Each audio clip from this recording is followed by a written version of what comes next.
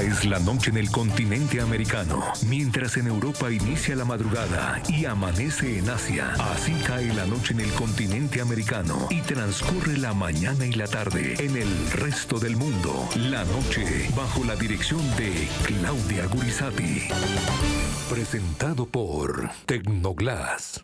En IES, Allusions y Tecnoglass, la calidad lo es todo. Con tecnología de vanguardia, rigurosos procesos de manufactura y la mejor mano de obra, transformamos vidrio y fabricamos perfiles, ventanas y fachadas que han conquistado los mercados más exigentes de Colombia y el mundo. IES, Allusions y Tecnoglass, el poder de la calidad. Buenas noches. El programa La Noche, bajo la dirección de Claudia Gurizati, enciende las luces para que usted siempre vea el punto clave de la noticia. Soy Jefferson Beltrán Neira y para mí es un gusto acompañarles en la noche de hoy. La noticia es el primer año de ese histórico 28 de julio del año 2024 en Venezuela. Ustedes lo recordarán muy bien, millones de personas en esa fecha asistieron a las urnas con la esperanza de lograr un cambio democrático en este país suramericano y ponerle fin de una vez por todas al régimen dictatorial de Nicolás Maduro. Millones de ciudadanos fueron convocados por la dirigente opositora María Corina Machado y todos ellos hicieron valer su voto. Cuidaron una a una las actas de votación y dieron el triunfo mayoritario al candidato Edmundo González. El punto clave de esta noticia, la derrota de la dictadura chavista perpetuada por más de un cuarto de siglo, fue contundente en ese 28 de julio. Los registros de cada mesa electoral a lo largo y ancho de Venezuela, verificados de manera independiente por la propia oposición, demostraron, tal y como ustedes los van a ver en los resultados que les vamos a presentar, un contundente triunfo de Edmundo González, quien resultó electo como presidente de la República con el 67% de los votos frente al 30% que habría sido obtenido por Nicolás Maduro. González ganó con más de 4 millones de votos de diferencia. Edmundo González Urrutia obtuvo el 70% de los votos de esta elección y Nicolás Maduro el 30% de los votos.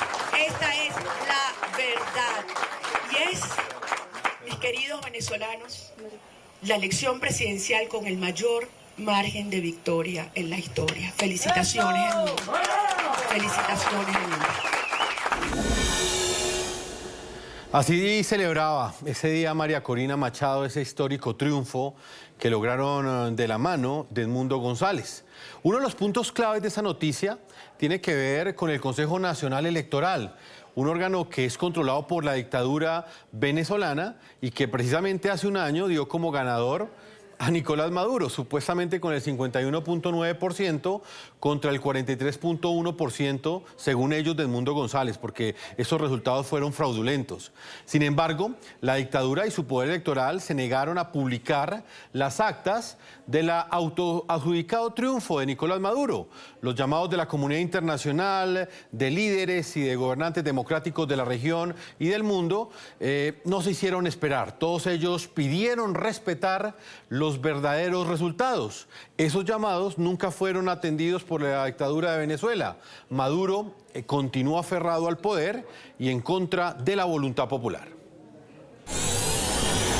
Y en este nuevo mandato que ustedes me han dado, en este nuevo mandato que ustedes se han dado a sí mismos, les juro que daré mi vida entera por llevar adelante todos los cambios y transformaciones que necesita nuestra patria para enrumbarse hacia un destino de prosperidad, de crecimiento.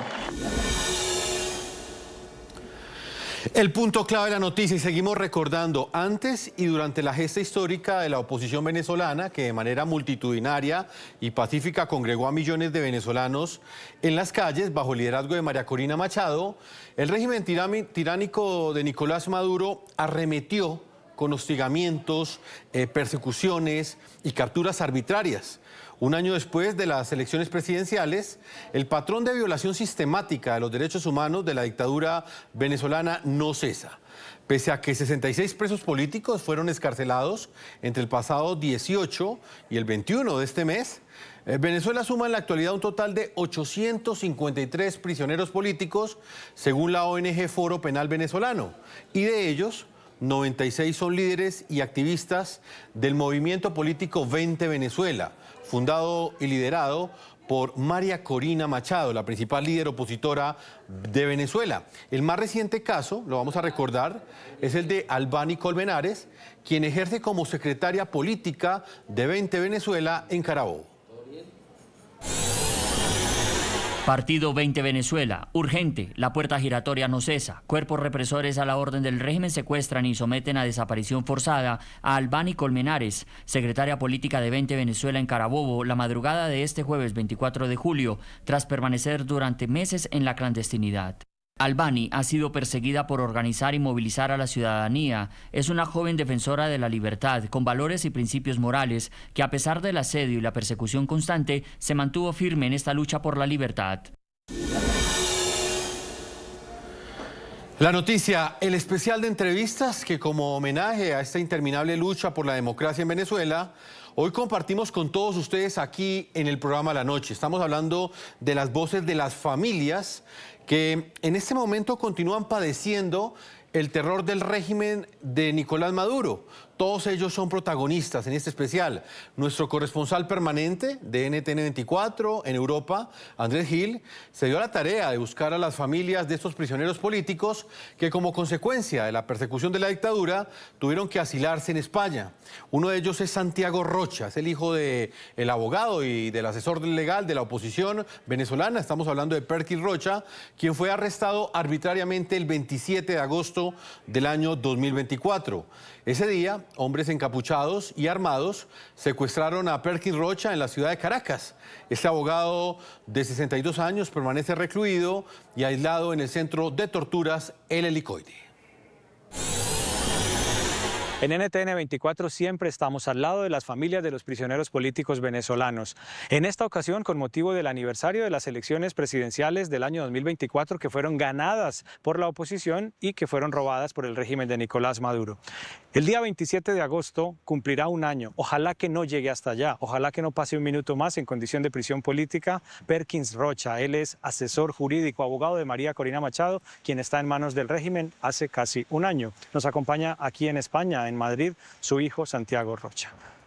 Buenas tardes, Santiago. Hola, Andrés. Buenas tardes. Unas excarcelaciones anunciadas en los últimos días por unos acuerdos entre Estados Unidos y el régimen de Nicolás Maduro. ¿Cómo las reciben ustedes, familiares de prisioneros políticos en Venezuela? Siempre cualquier tipo de excarcelación va a ser bien recibida porque todas esas personas vuelven con sus familias, familias que se habían roto, muchos por más de un año, otros por un poco menos, pero al final familias rotas. Y aunque una persona sepas dónde está preso, sabes que está injustamente detenido, como han sido todos, donde no se ha llevado ningún tipo de debido proceso en ninguno de los casos, y donde muchos de ellos están siendo torturados físicamente y claramente todos mentalmente, al ser todos secuestrados. Cada una de las vidas que se pueda salvar, cada uno de los prisioneros políticos que pueda salir de las cárceles del régimen será una buena noticia, por supuesto. Pero aquellos del núcleo duro de María Corina parece que todavía no cuentan con esa suerte. ¿Cómo están viendo ustedes eso? Sí, bueno, además de eso, sí, excarcelaron a menos de 100, tenemos entendido, faltan más de 1000. Es todavía lo que queda. Y sí, habría que saber cuáles son los criterios para ellos realizar las excarcelaciones. Si son simplemente excarcelaciones porque les conviene a ellos, ¿o qué? Porque condiciones críticas de salud, hay muchísimos con condiciones críticas de salud. Mi papá entre uno de ellos que tiene una condición médica preexistente con válvulas en el cerebro, con tubos que llegan hasta el estómago, y con muchos otros que sabemos que han estado al borde de la muerte dentro de los centros de tortura de Venezuela y donde muchos antes ya han muerto en centros de tortura. Entonces ya hay precedentes de muertos secuestrados por ellos en centros de tortura venezolanos. Entonces, ¿qué estamos esperando? ¿Cuáles son sus criterios para excarcelar a unos y a otros no? Yo creo que el único criterio que debería haber es que todos son inocentes y que todos merecen la libertad.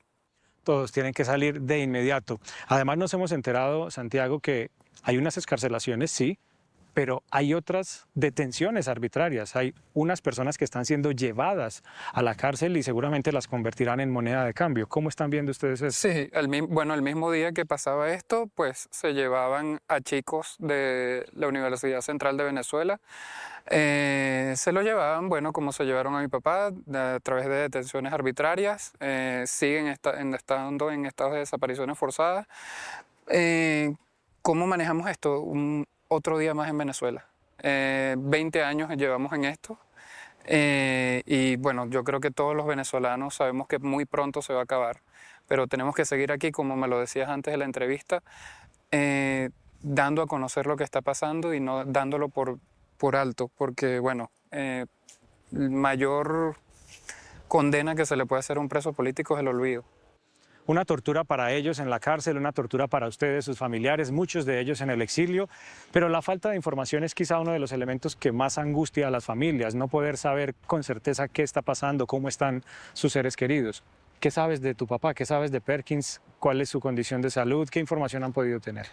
Bueno, yo voy a casi un año, a un mes prácticamente del año de que se llevaron detenido a mi papá. Te puedo decir hoy lo que me hiciste en esa primera entrevista cuando se lo llevaron 2 días después. No lo sé. No hemos tenido ningún tipo de contacto directo con mi papá. No hemos tenido ningún tipo de contacto directo con alguien que lo haya podido ver oficial. No dejan entrar médicos para que revisen sus condiciones de salud.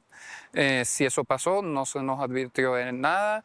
La misma defensora pública que le impuso el Estado, que no nos ha dejado cambiarla, ella no ha podido verlo, porque hemos ido con ella hasta el helicoide y ella se le ha negado la entrada al helicoide. Los mismos custodios del helicoide le dicen a la defensora pública del Estado que no puede entrar a verlo. Y así es como mi papá están alrededor, por lo menos en el helicoide, alrededor de un grupo de 25 personas que están en esas mismas condiciones. La desinformación, pero también el miedo, es otro factor que persigue a las familias de los prisioneros políticos en Venezuela. Miedo que ha llevado a muchas familias a no querer aparecer en los medios de comunicación, a no querer hacer declaraciones, a guardar silencio. Ustedes hacen parte de las familias que sí alzan la voz, que mantienen vivo el tema de su padre y de todos los presos políticos. ¿Por qué esa determinación? A pesar del miedo, a pesar del riesgo, ¿por qué ustedes tienen esa valiente determinación? Bueno, yo creo que seguimos la misma idea, la misma ideología de mi papá, la misma ideología que tiene María Corina, de que alguien tiene que hacerlo, ¿no? Y yo hablo hoy por mi papá, pero también hablo por Henry Alviares, hablo por Dignora, hablo por, bueno, como te decía, por más de los 1000. Faltan más de 1000. Por más de los 1000, y faltan muchos más de 1000 que siguen allí. Y alguien tiene que hacerlo, porque si esto no se habla, no se documenta y no evitamos que vuelva a suceder. Y eso es lo que hay que evitar, que no haya ningún otro nuevo preso político en Venezuela y ni en ningún otro sitio. Yo sé, Santiago, que el panorama puede ser oscuro para ir finalizando. Yo sé que puede ser oscuro el panorama para ustedes, las familias, no ver cómo se pueda resolver esta situación, pero vislumbran algo, hay una luz de esperanza, hay un margen de negociación que pueda permitir que más temprano que tarde Perkins, Rocha y todos los otros puedan estar en libertad con sus familias. ¿Hay algo que ustedes vean y digan, quizás sí? La esperanza que nos llevó también a la esperanza de que Venezuela va a cambiar. Esa esperanza es la que nos mantiene vivos, la que mantiene cuerdo a mi papá allí donde puede estar y la esperanza que mantenemos todos los venezolanos. Y por eso no vamos a dejar de trabajar, porque yo sé que en el momento de que salga mi papá ya este es un movimiento que nosotros asumimos como familia y vamos a seguir luchando por la libertad de todos los presos políticos. Y yo con mi papá quiero que salgan todos y que con eso que también sea liberada Venezuela. O sea, no es una sola cosa aislada, es todas las cosas en conjunto lo que queremos y lo que nos da esa voluntad para seguir, esa fuerza para seguir día a día. Cada vez que hablamos, Santiago, yo te ofrezco el espacio y te pido el favor que le envíes un mensaje a tu papá y a los prisioneros políticos, que a pesar de sus condiciones de encierro, de aislamiento, seguramente les llega ese mensaje. Sí, bueno, papá, bendición. Aquí estamos y seguiremos hasta reencontrarnos hasta reencontrarnos en esa Venezuela que tú tanto deseaste, por la que todo lo que has luchado. Y será pronto. Sé que será pronto ese reencuentro de la unión familiar en Venezuela y en la Venezuela que todos nos merecemos. Santiago Rocha, hijo de Perkins Rocha, gracias por acompañarnos una vez más aquí en NTN 24. Gracias a ti, Andrés. Nunca nos olvidamos de los prisioneros políticos, siempre estamos al lado de sus familias hasta el día en que sean, ojalá ya, ojalá hoy mismo, hasta el día en que sean liberados. Así es, Andrés, porque es que esta represión no solamente fue tras la elección presidencial. Los meses anteriores a esos comicios presidenciales también estuvieron marcados por una feroz represión violenta contra todas las personas que rodeaban a María Corina Machado. De hecho, nuestro colega Andrés Gil también dialogó con María Laura Márquez. Ella es la sobrina de una dirigente nacional que ustedes recordarán muy bien. Ella es del Comando con Venezuela y fue diputada venezolana también. Ustedes la ven en pantalla, es Dignora Hernández. Esta líder política fue detenida el 20 de marzo del año 2024, 4 meses antes de los comicios presidenciales, durante una feroz oleada persecución que desató el régimen de Nicolás Maduro contra la oposición.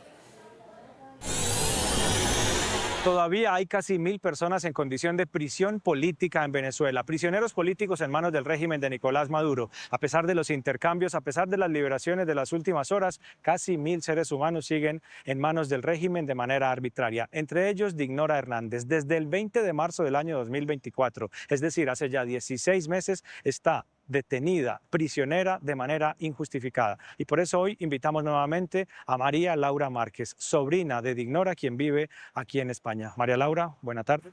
Buenas tardes, gracias Andrés. La primera pregunta que quiero hacerte es, ¿qué impresión te queda, qué opinión te genera el intercambio que hemos visto en las últimas horas y la liberación aparentemente de 80 prisioneros políticos en Venezuela? Bueno, siempre para nosotros que ya formamos parte de esta lucha diariamente va a ser un alivio saber que hay personas que están siendo excarceladas, pero no podemos olvidar que las cifras siguen en aumento y que esto es una puerta giratoria, ya que apenas la semana pasada nos encontramos con nuevas detenciones asociadas al tema político en Venezuela, así que con mucha fe y esperanza siempre, aferrados a Dios, creyendo que próximamente nos puede tocar a uno de nuestros familiares, pero también siendo conscientes de que todo esto es una situación injusta y que lo que estamos exigiendo no es un favor, al contrario, es que se respeten los derechos de todos. Cuando dices puerta giratoria, María Laura, señalas que liberan a algunos, pero meten presos a otros de manera injustificada y los convierten también en moneda de cambio. Sí, por supuesto. De hecho, es una práctica que tampoco es nueva dentro de todo este sistema represivo, pero sí lo podemos ver muy claro estos últimos días, cuando apenas la semana pasada se llevaban prisioneros también, prisioneros a más personas que bueno, han sido líderes políticos, líderes estudiantiles, y luego sale la noticia que hay unos excarcelados. Entonces, pues te hace creer que no va a cambiar en este momento este mismo tema de la puerta giratoria, pero bueno, igual nosotros como familiares no podemos parar de exigir la libertad de ellos.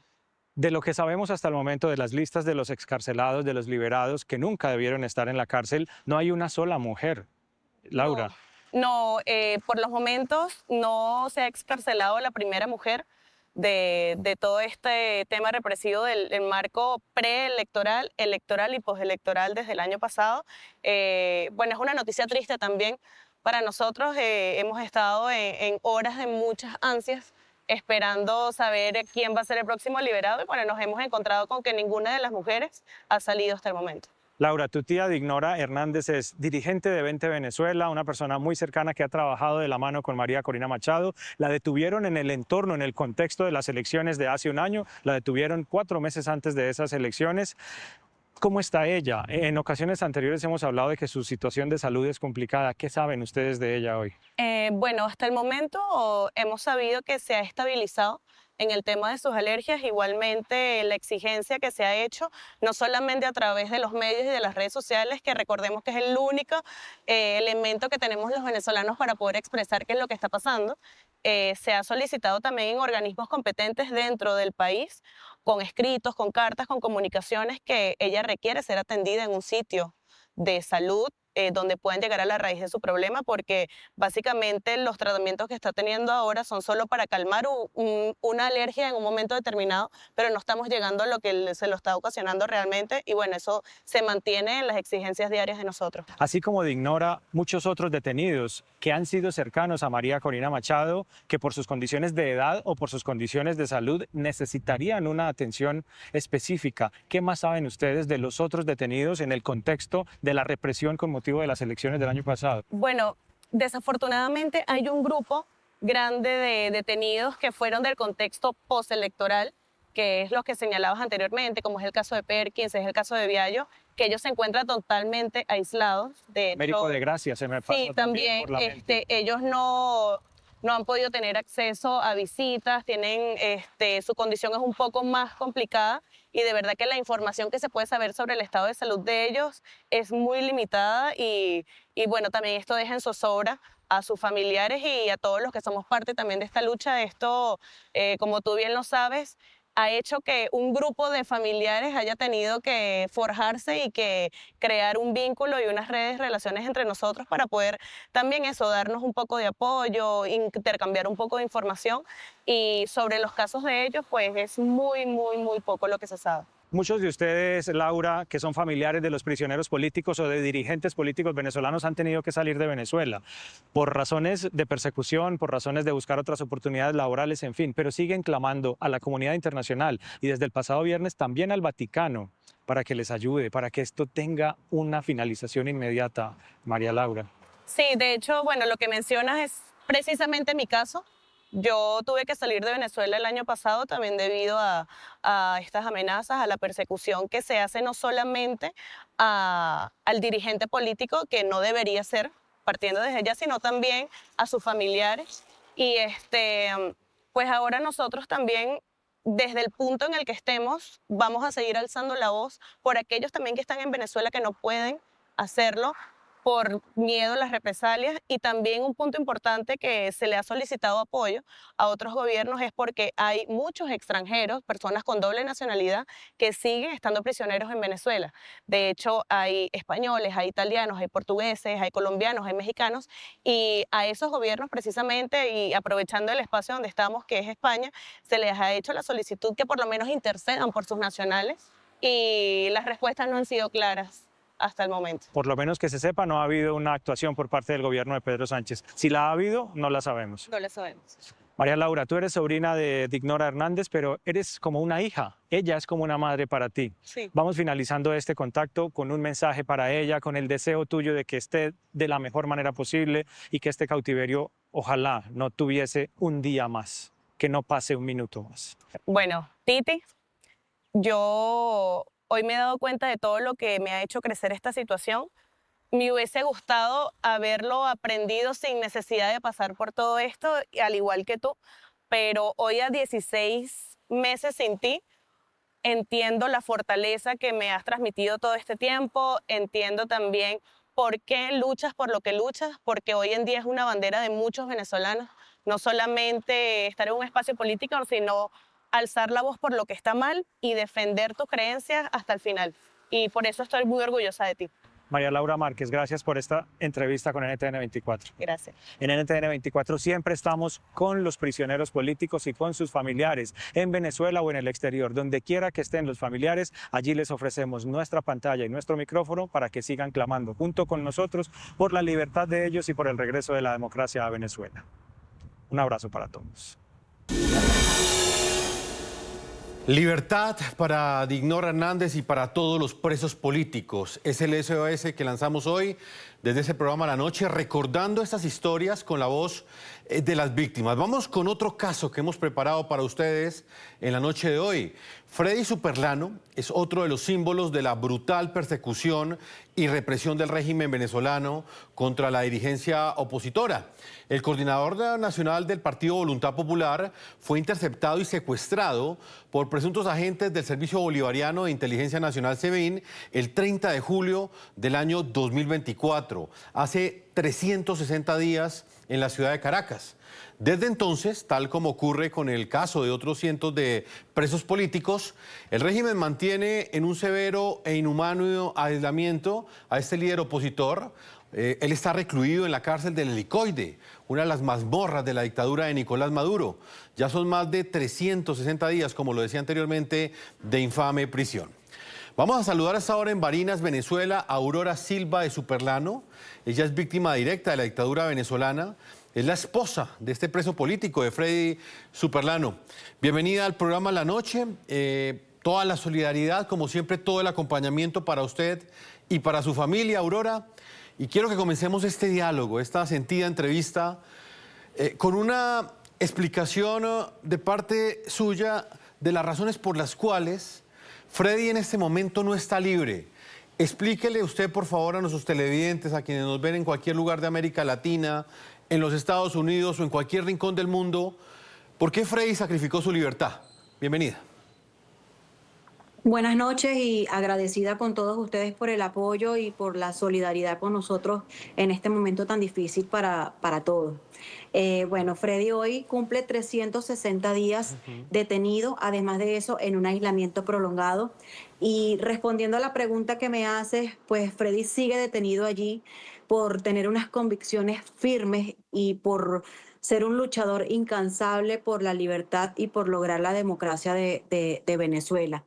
Por pensar distinto simplemente y por defender la voluntad de un pueblo como ocurrió hace un año en nuestro país.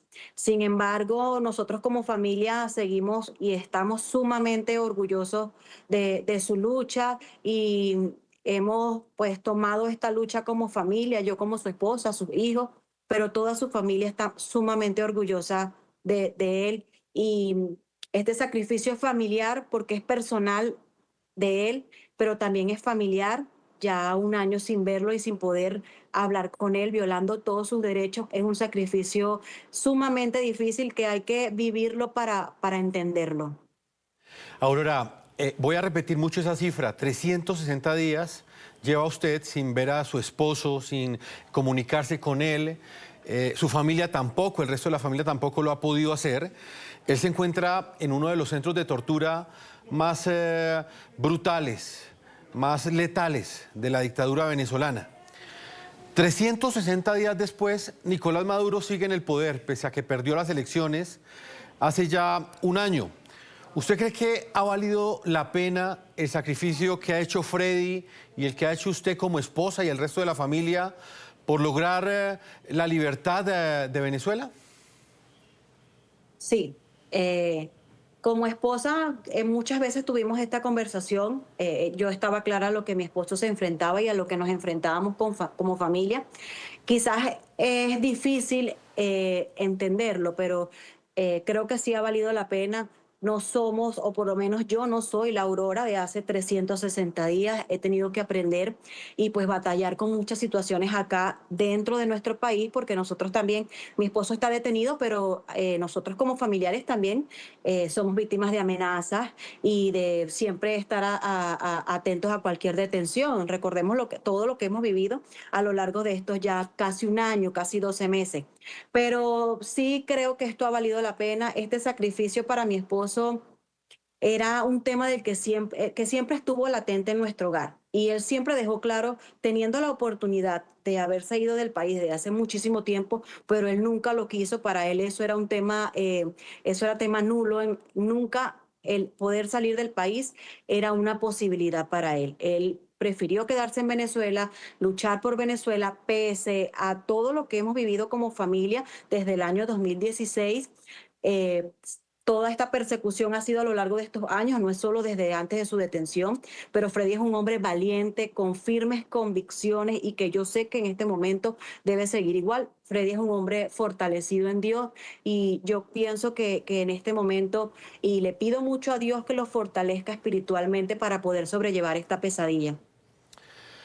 Impresionante, Aurora, la fortaleza con la cual usted habla, la convicción, la esperanza, que me imagino que es la que usted utiliza para darle fuerza al resto de su familia, por lo menos a la hija de Freddy, quien pues ha sufrido igual que usted, porque todos los familiares terminan siendo víctimas directas de estos vejámenes de la dictadura. ¿Cómo ha manejado usted esta situación con la hija específicamente, con el resto de la familia? ¿Usted cómo ha logrado explicarles que él va a regresar algún día, pese a que ya llevan más de 360 días sin verlo, pese a que él está en un aislamiento total? ¿Cómo les da usted fuerza para que ellos sigan adelante? Bueno, creo que, soy humana y pues obviamente tengo también mis momentos de frustración o de quiebre. Más bien ellas me dan fuerza a mí. Pero nosotros tenemos 2 niñas chiquitas de 7 y 4 añitos. Una bebé de 4 añitos cumplió 4 años con su papá en el encierro. Ellas no entienden el por qué van a cumplir 1 año sin ver a su papá. Rezan muchísimo por su papá, rezan y piden por la libertad de su papá. Pero además de eso, Freddy también tiene hijos mayores. Unos no están fuera del país, uno sí está aquí dentro del país. Y también sufre la ausencia de su padre, al igual que el tema de mis suegros. Son 2 personas mayores, sus hermanos, toda la familia. Freddy es un hombre muy familiar. Freddy disfruta del compartir familiar y eso nos ha hecho demasiada falta, o quizás ha sido lo que más nos ha tocado en este tiempo. Sin embargo, con mis hijas, pues mi hija, la de 7 años, tiene ayuda psicológica para poder sobrellevar esta situación. Ella tiene 7 años, pero es muy madura para la edad y ella está clara de que su papá está detenido, porque ella obvia la palabra preso. Para ella preso no existe. Cada vez que escucha esa palabra nos corrige y nos dice: mi papá no está preso, mi papá está detenido en un sitio con otros políticos porque lucha por la libertad. Y así se lo dice a todo el mundo. Dentro de todo, ella es una niña que está muy orgullosa de su papá, pero es difícil ya 1 año. En este país le violan los derechos hasta unas menores de edad, que él como detenido tiene ese derecho y ellos como niños tienen ese derecho de ver a su papá. Ni eso. Violan la Constitución, las leyes de Mandela, la Declaración Universal de los Derechos Humanos, todo. Cualquier legislación. Quizás en momentos he tenido que explicarles fuerte para que entiendan que su papá va a volver, porque mi hija, la de 4 añitos, Amelia, me ha dicho: mi papá no va a volver. Las últimas semanas, y lo dije hace poco, me han dicho que si mi papá está vivo o está muerto, porque no ha vuelto. Yo le digo: no, papi está vivo y papi va a volver. Es difícil para ellas entender, porque quizás entienden unas cosas, pero no entienden la gravedad de la injusticia y la maldad, porque también me preguntan: mamá, ¿la justicia existe? Dios hace justicia. Yo, sí, la justicia divina sí existe. Y pues todas esas situaciones a mí me afectan, pero tengo que seguir, porque tengo que avanzar y tengo que luchar y seguir visibilizando la situación de mi esposo y de los más de 900 presos que aún quedan encarcelados, y muchas víctimas de desapariciones forzadas, y todas las violaciones a las que son sometidos todos nuestros presos políticos y los familiares de los presos políticos en este momento. Pues Aurora, de eso estaremos hablando en la segunda parte de este programa. Yo le agradezco ese tiempo, le pido que me dé unos minutos porque tengo que marcar una pausa comerciales, porque también quiero que recordemos el papel que jugó Freddy Superlano en el marco de la campaña electoral, porque él fue una pieza fundamental para ese triunfo de Edmundo González y de María Corina Machado el 28 de julio pasados. Hace ya cerca de 1 año. De hecho, eso es lo que le está cobrando la dictadura. Por esa manera por esa razón lo están torturando, lo tienen alejado, lo tienen aislado, tal y como nos lo está relatando tristemente Aurora, una de las víctimas de la dictadura venezolana. Vamos a una pausa a comerciales. Yo los invito a que ustedes también opinen en las cuentas de X que aparecen en la parte inferior de nuestra pantalla. ¿Cuál es su opinión frente a lo que ha sucedido en Venezuela 1 año después de ese triunfo de María Corina Machado y de Edmundo González? Un triunfo que fue desconocido y que en la práctica hoy no se ve reflejado, porque el que está en el poder es el dictador Nicolás Maduro. ¿Valió la pena este esfuerzo? Opinen en las cuentas de X que aparecen en la parte inferior de nuestra pantalla. Ya regresamos. Continuamos con este especial periodístico en el programa La Noche. Estamos hablando con las víctimas que dejó hace 1 año esa represión violenta de la dictadura de Nicolás Maduro, quien por sostenerse en el poder hizo una serie de acusaciones a diferentes dirigentes políticos, los capturó, los secuestró y en este momento los tiene privados de su libertad. Está con nosotros Aurora Superlano, ustedes la ven en pantalla, ella es la esposa de Freddy Superlano, quien hoy completa 360 días en las mazmorras del régimen. Aurora, antes de continuar con este diálogo, yo quiero que también recordemos nosotros a Juan Pablo Guanipa. Él fue privado de su libertad el pasado 23 de mayo.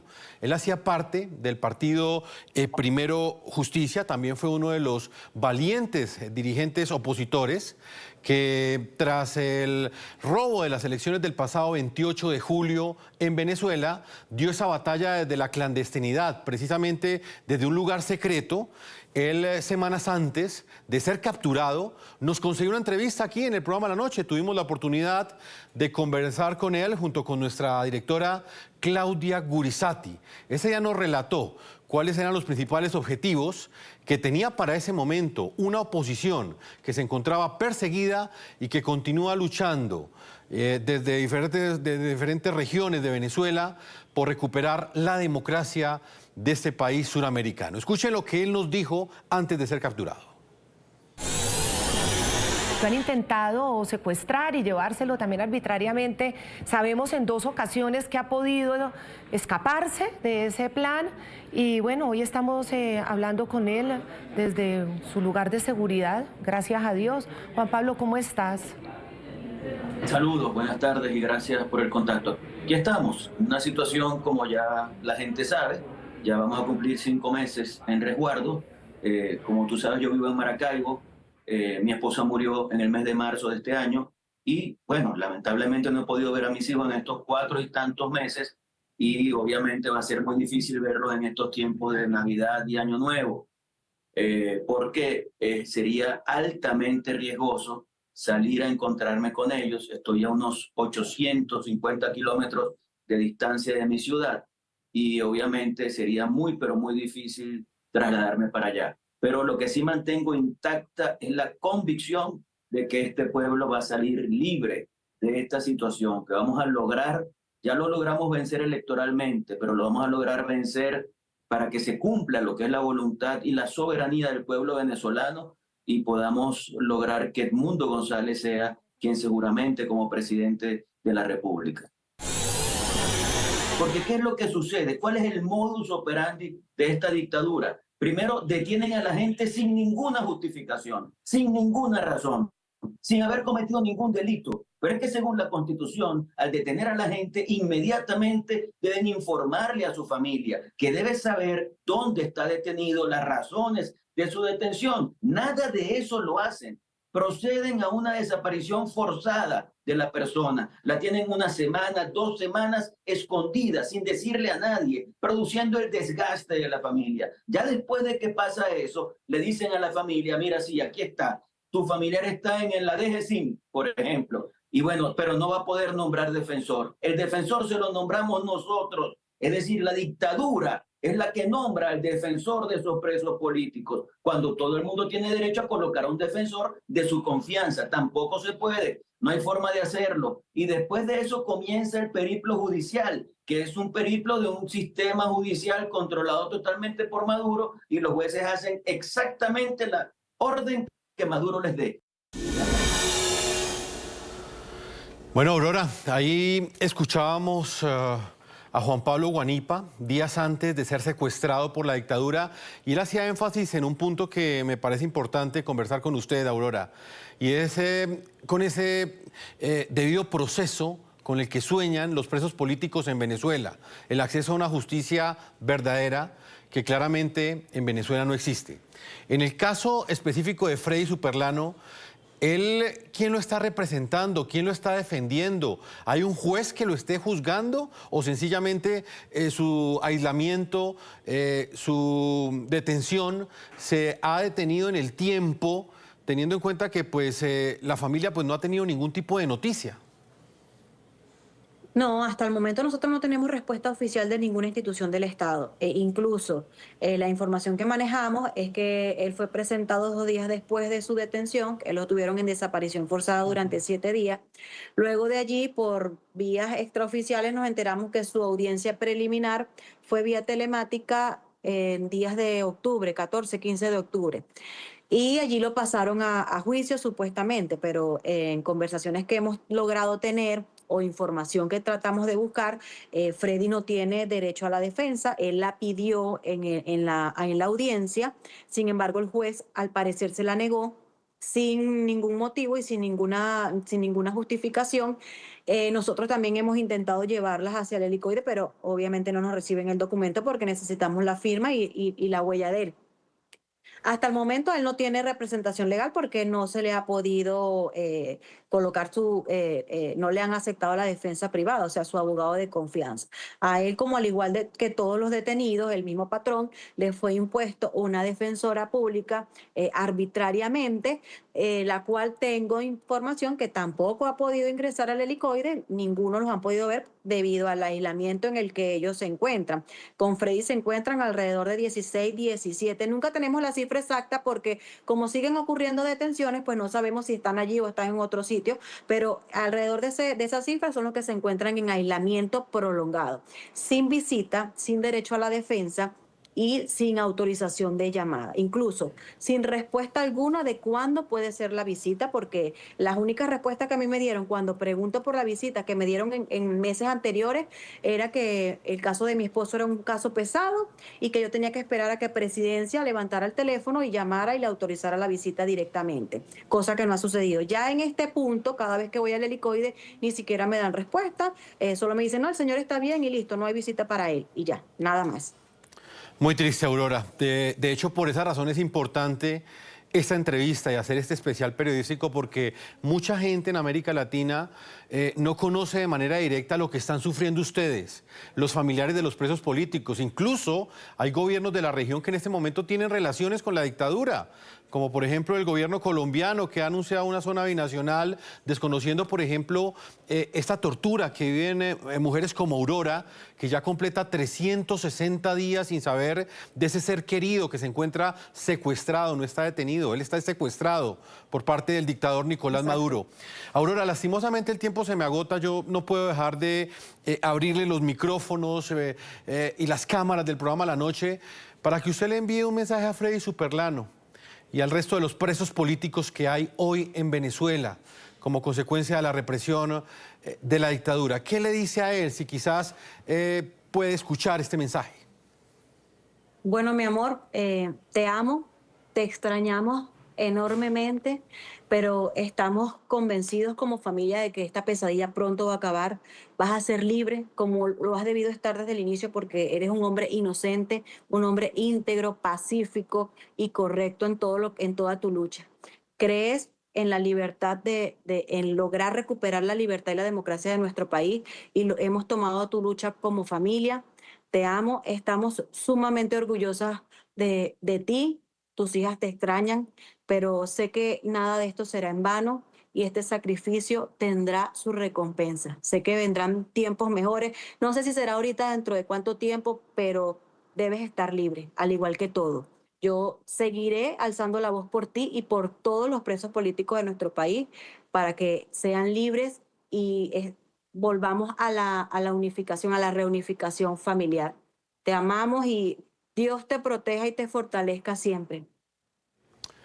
Aurora, que así sea, que vengan mejores momentos para Venezuela y por supuesto que esa esperanza que usted nos ha transmitido y ese optimismo que veo en sus ojos se ha contagiado al resto de los venezolanos que en este momento sienten que ese triunfo electoral se ha desvanecido 12 meses después, teniendo en cuenta que el dictador Nicolás Maduro finalmente terminó atornillado en el poder, mientras que los que triunfaron en las urnas, en las calles, se encuentran presos.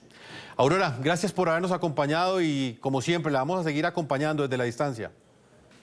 Gracias a ustedes por todo, por el apoyo. Muchísimas gracias. Dios los bendiga. Bendiciones para ti, Aurora, y para esos 4 hijos de Freddy Superlano. Vamos a una pausa comerciales y ya volvemos a la parte final de este programa La Noche. De las Américas. Hemos llegado a la parte final de este especial periodístico, un año después de ese 28 de julio, enfocado en las voces de las víctimas de la dictadura, de los familiares de los presos políticos que, tal y como ustedes lo escucharon hoy en este especial periodístico, claman libertad, pero también claman la atención de la comunidad internacional. A todos ustedes los invito a que continúen opinando en las cuentas de X que aparecen en la parte inferior de nuestra pantalla. No olviden que la noche siempre continuará encendiendo las luces para que usted vea el punto clave de la noticia. Una feliz noche para todos ustedes.